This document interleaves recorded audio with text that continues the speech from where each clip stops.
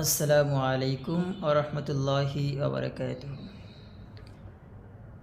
তিন ব্যক্তির দিকে কিয়ামতের দিন আল্লাহ রব্বুল আলামিন তার করুণার দৃষ্টি দিবেন না। সেই তিন ব্যক্তির এক নাম্বার ব্যক্তি হলো যে ব্যক্তি টাকনুর নিচে কাপড় পরে।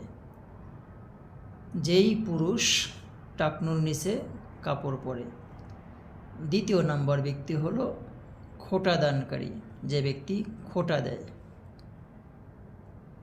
এমন মানুষের দিকে আল্লাহ রব্বুল আলামিন কাল কিয়ামতের দিকে তাকাবেন না।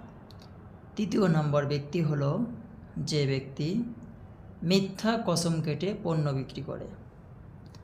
এই তিন ধরনের ব্যক্তি যারা আছে, আল্লাহ রব্বুল আলামিন কিয়ামতের দিন তাদের দিকে করুণার দৃষ্টি দেবেন না, করুণার দৃষ্টিতে তাকাবেন না।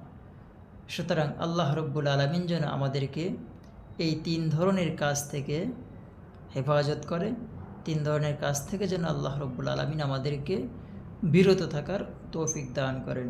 আমিন। আসসালামু আলাইকুম।